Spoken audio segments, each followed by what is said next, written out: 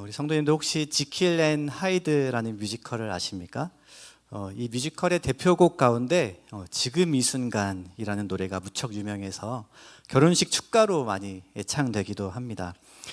그리고 우리가 잘 아는 배우 조승우 씨가 이 뮤지컬의 전속 배우로 활동을 했습니다. 지킬과 하이드, 이는 두 사람의 이름 같지만 사실은 한 사람이에요.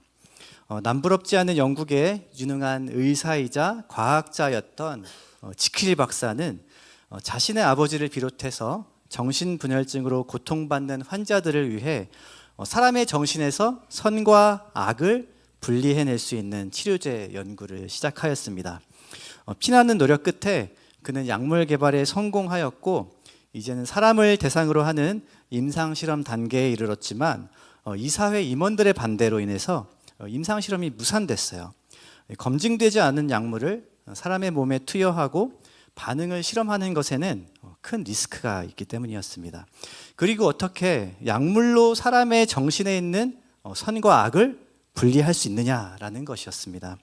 사람들은 그의 말을 믿지 않았고 정신 나갔다고 손가락질하며 조롱하였습니다. 그러나 이 지킬 박사는 사람들의 반대와 조롱 가운데에서도 포기하지 않고 스스로가 이 실험의 대상이 되기로 결정을 합니다.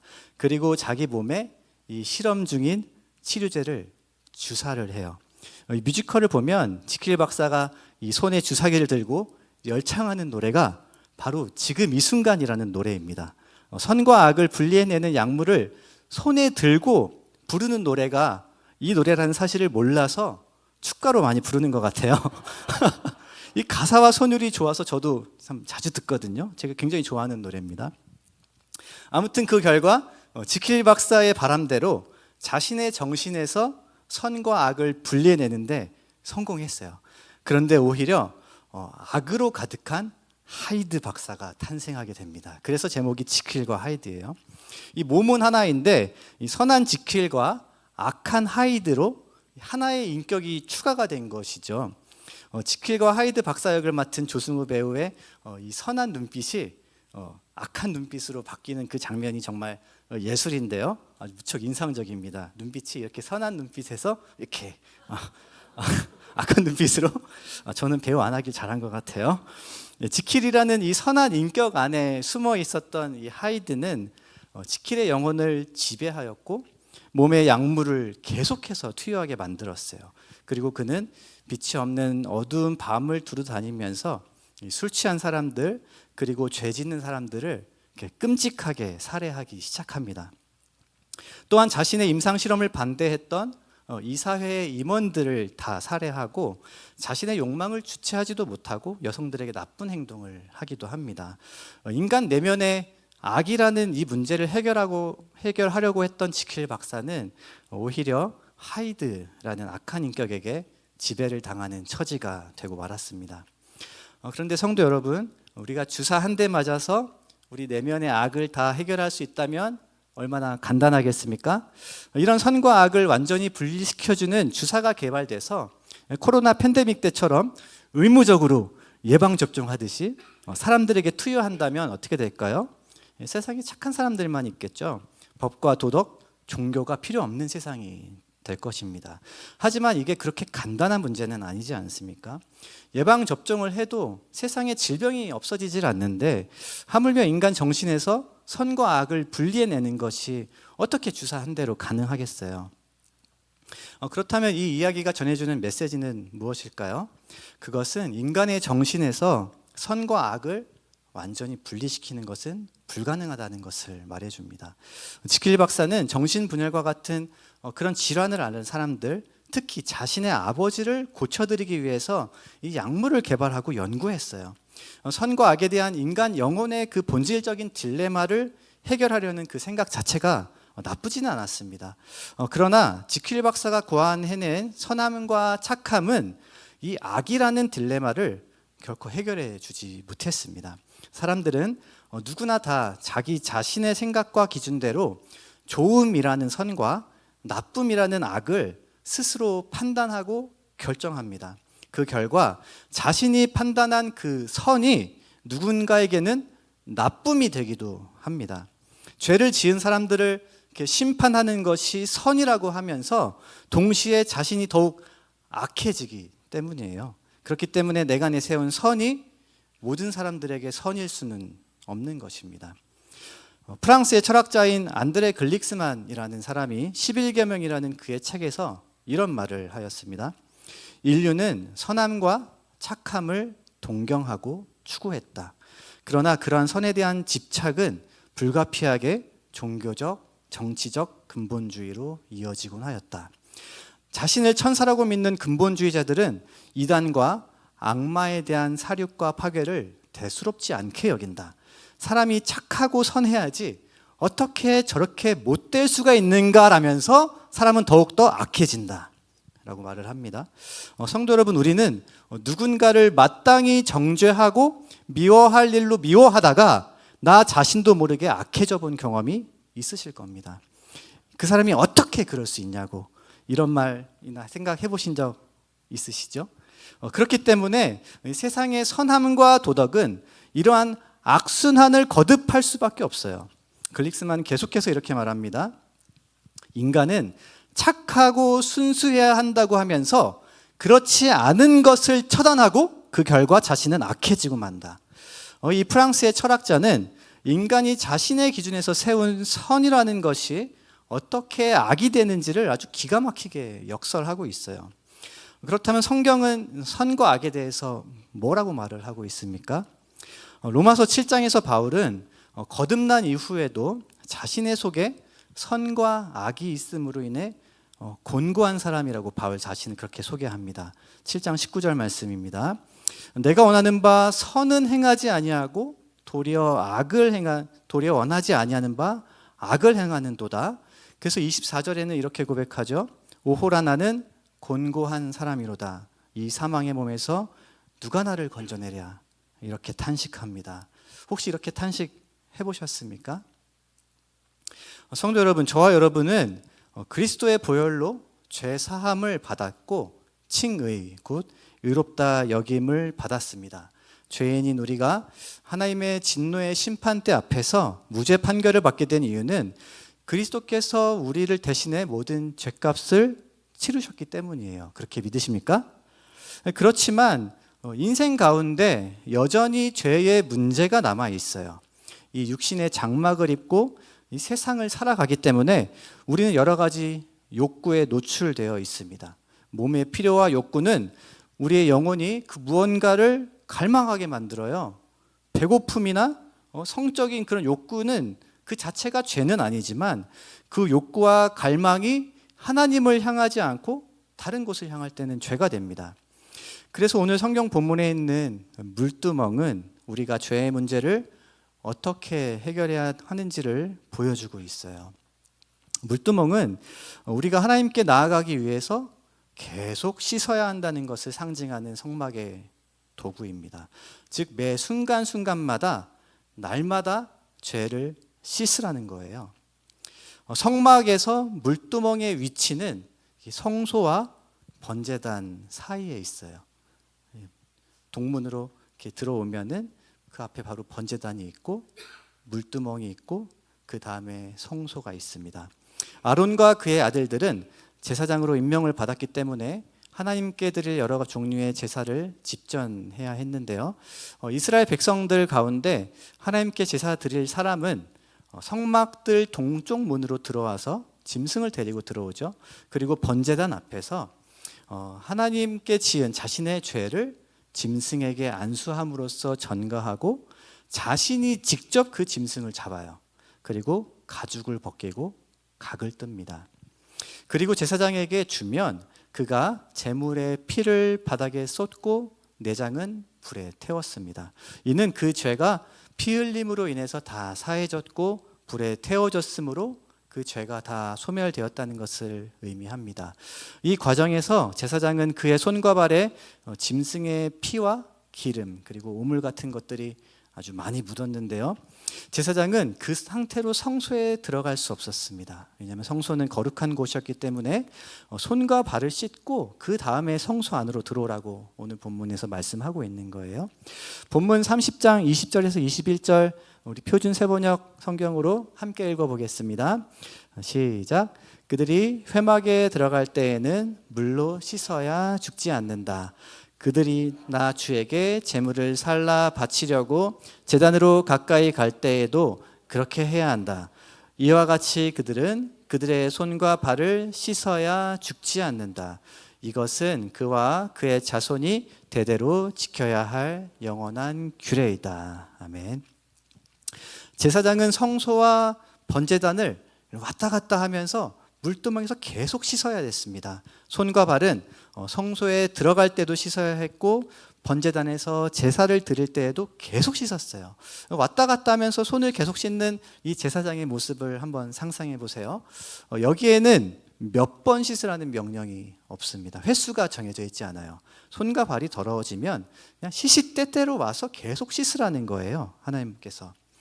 성도 여러분, 이 성막의 기구들 가운데 이 물두멍에는 우리에게 남아있는 죄의 얼룩까지도 물에 씻어서 거룩하고 깨끗하게 하시려는 하나님의 열심이 반영되어 있는 줄 믿으시기를 바랍니다. 번제단에서 죄는 다 태워졌어요. 그렇지만 우리의 손과 발에는 여전히 그 죄의 흔적들이 많이 남아 있습니다. 예수 그리스도의 십자가 보혈로 우리의 모든 죄가 사함을 받았지만 죄의 영향력으로부터 우리는 완전히 자유롭지는 않아요. 혹시 한번 죄 사함을 받고 구원 받았기 때문에 정말 더 이상 회개할 죄가 없으십니까? 전혀 그렇지 않습니다. 장편소설 토지 아시나요? 그 작가인 박경리 씨가 남긴 우리들의 시간이라는 시가 있는데요. 제가 낭독해 드릴게요. 우리들의 시간, 박경리. 목에 힘을 주다 보면 문틀에 머리를 부딪혀 혹이 생긴다. 우리는 아픈 생각만 하지 혹이 생긴 연유를 모르고 인생을 깨닫지 못한다. 낮추어도 우리는 죄가 많다. 뽐내어 본들 도로무익 시간이 너무 아깝구나 라는 시가 있습니다. 이 시인의 말처럼 우리는 아픈 생각만 하지 혹이 생긴 이유를 잘 고민하지 않습니다. 낮추어도 우리는 죄가 많은데 회개를 잘 안 해요. 그리고 회개하라는 말을 별로 좋아하지 않습니다. 잘못한 사람처럼 이렇게 계속 고개 숙이고 살라는 말씀처럼 들리기도 하기 때문이에요. 하지만 회개하라는 이 말씀은 우리가 평생 죄책감에 시달리면서 죄인처럼 살라고 하는 게 아니라 그 죄의 문제로부터 자유하라고 하는 말씀이거든요. 그래야 하나님과의 관계가 회복되기 때문입니다. 우리를 향한 하나님의 마음이 예레미야 29장 11절 말씀에 잘 나타나 있어요. 함께 보시겠습니다.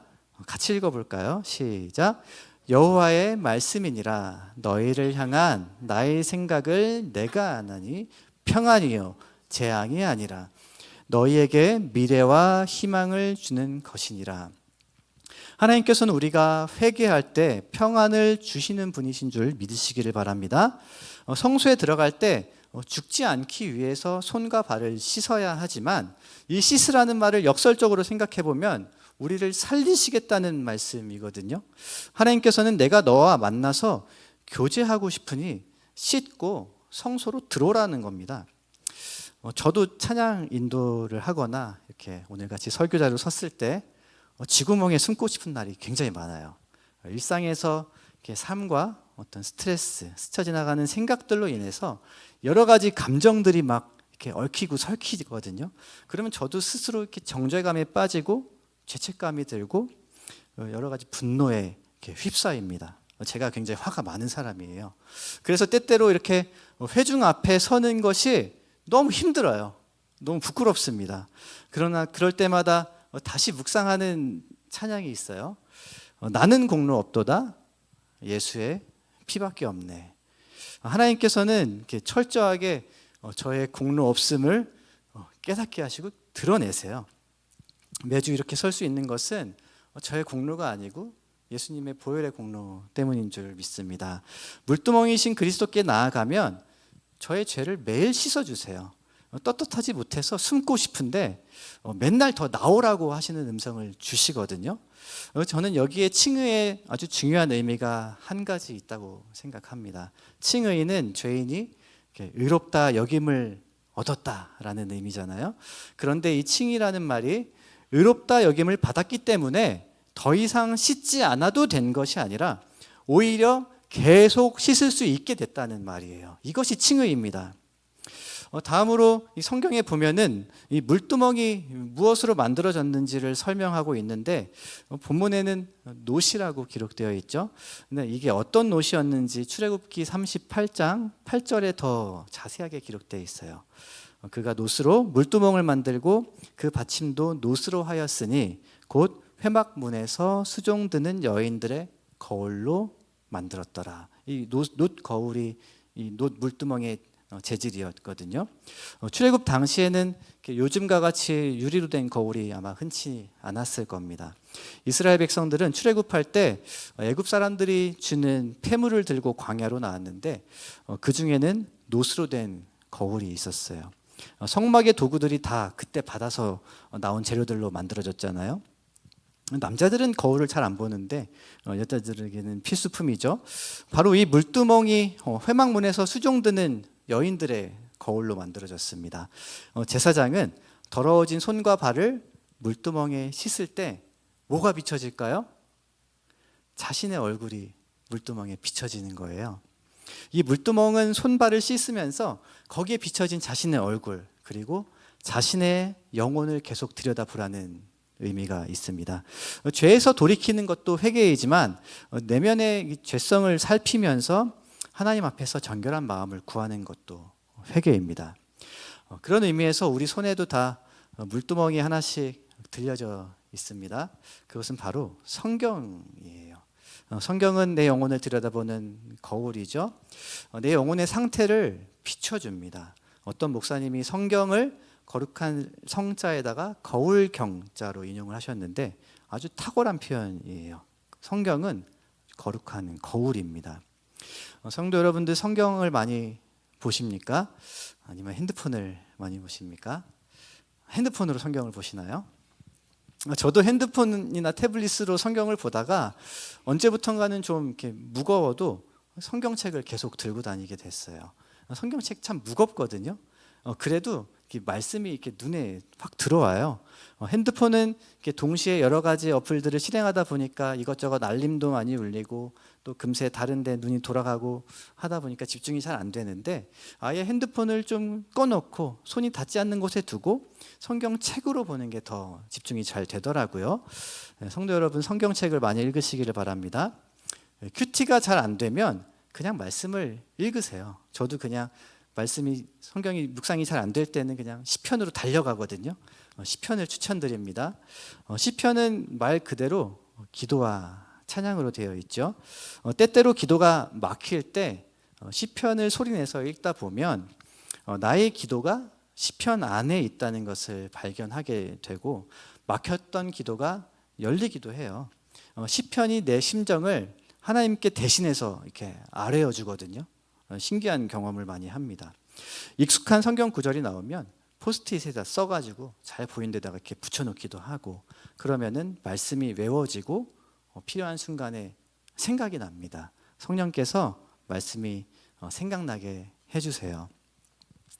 말씀을 정리하겠습니다. 세상에 털어서 먼지 안 날 것 같은 아무리 선한 사람이라고 해도 누구나 다 죄성을 가지고 있어요. 특히나 우리 성도들은 구원을 받았지만 이 죄와 악으로부터 완전히 자유롭지는 못합니다. 이것은 십자가 복음이 불완전하기 때문이 아니라 공중의 권세 잡은 자의 유혹과 시험이 있고 육신의 장막에 사는 동안 겪게 되는 여러 가지 욕구가 있기 때문이에요. 그래서 우리에게 물두멍이 필요합니다.